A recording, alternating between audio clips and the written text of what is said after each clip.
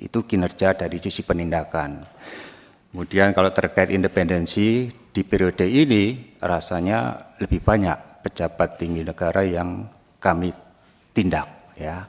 Ada 2 menteri termasuk Kepala Basarnas yang sebelumnya enggak sebanyak itu seingat saya. Artinya apa? Ya sebetulnya dalam penanganan perkara penindakan, independensi dari intervensi eksekutif maupun lembaga-lembaga yang lain, secara kepada pimpinan, saya sampaikan ke pimpinan, saya pastikan tidak ada. 8 tahun saya di KPK dan tidak pernah sekalipun saya dihubungi untuk menghentikan perkara-perkara tertentu. Tapi apakah ada intervensi di dalam penanganan perkara? Nah, Bapak sekalian, problem di KPK ini kalau boleh saya sampaikan ada beberapa ya, menyangkut kelembagaan, mungkin juga regulasi, kemudian SDM. Ya.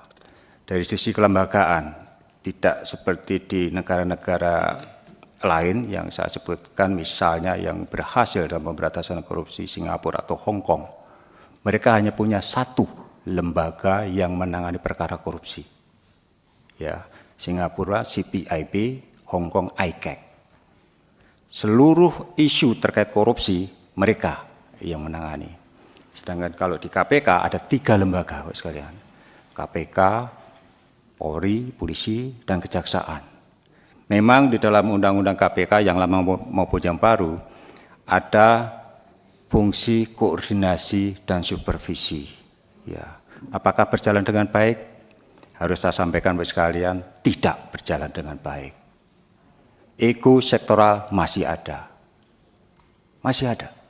Kalau kami menangkap jaksa atau menangani jaksa misalnya, tiba-tiba dari pihak kejaksaan menutup pintu koordinasi supervisi. Sulit. Mungkin juga dengan kepolisian demikian. Ya. Jadi Bapak sekalian, ini persoalan ya, persoalan ketika kita berbicara pemberantasan korupsi ke depan. Saya khawatir Bapak sekalian dengan mekanisme seperti ini, saya terus terang ya tidak yakin kita akan berhasil memberantas korupsi.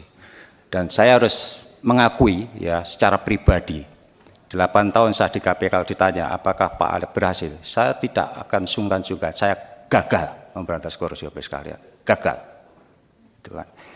Paling tidak kalau dilihat dari indeks persepsi korupsi, saya masih ingat tahun 2015 pertama kali saya masuk di KPK, IPK itu 34, sempat naik menjadi angka 40. Sekarang kembali lagi di titik 34. Ya. Kalau bicara IPK, masyarakat menyorot KPK pada banyak aspek lain selain korupsi yang menjadi domainnya KPK. Ya. Ya, ada kemudian investasi, ada terkait penegakan hukum, kemudian ada kemudahan berbisnis dan lain. Ada 8 indeks dalam IPK itu dan tidak semuanya itu menjadi domain KPK. Ya.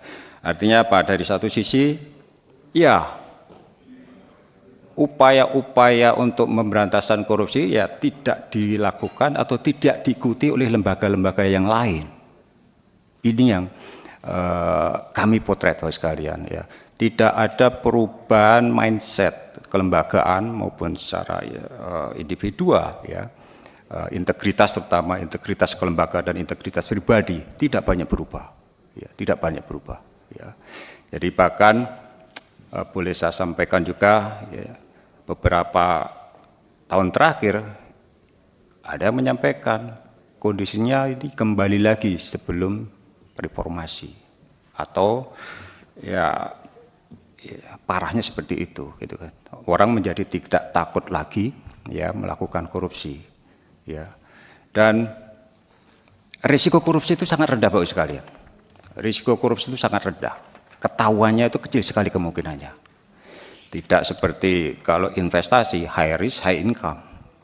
Kalau korupsi itu risikonya rendah, tapi untuk mendapatkan penghasilan tinggi gampang. Kan gitu. Belum lagi ketika ketahuan masih banyak cara untuk bisa lolos, kan gitu. Ya, kita tahu semua bagaimana tadi disebutkan ada beberapa case yang menyebutkan pihak-pihak tertentu ternyata juga tidak lanjut juga. Nah, ini problem kelembagaan, ada 3 lembaga, dan koordinasi supervisi ini sampai sekarang boleh dikatakan tidak berjalan dengan baik. Beberapa waktu yang lalu, saya, Pak Nawawi, Pak Gufron, dan Pak Rudi, serta Pak Didik, Deputi Pendidikan, Deputi Kursup, ke Menko Polhukam menghadap, Pak. Kita melaporkan, bertemu dengan Menko Polhukam, Pak Hadi, kita sampaikan problem koordinasi supervisi, ya. Kita sampaikan ini tidak berjalan dengan baik dan kami memohon Menko Polhukam itu untuk memfasilitasi, ya.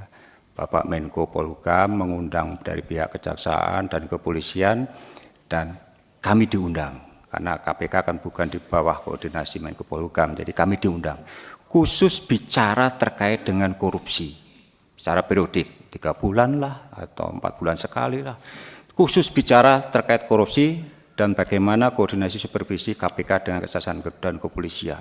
Apa kendala-kendala dalam penanganan korupsi, itu yang kami sampaikan. Ya, 3 bulan yang lalu, tapi sampai sekarang juga belum ada tindak lanjutnya. Ya mudah-mudahan nanti ke depan seperti itu mekanisme. Terus kalau kami yang harus ya turun mengundang, ego sektoral itu masih ada. Lebih pas kalau itu saya pikir dilakukan oleh Menko Polhukam dengan mengundang kejaksaan, polisi, dan kami juga diundang khusus membicarakan korupsi secara periodik. Apa kendala yang dihadapi masing-masing pihak terkait koordinasi dan lain sebagainya. Menyangkut juga kebijakan ke depan seperti apa mungkin bisa dibicarakan di forum itu. Download Tribun X sekarang, menghadirkan lokal menjadi Indonesia.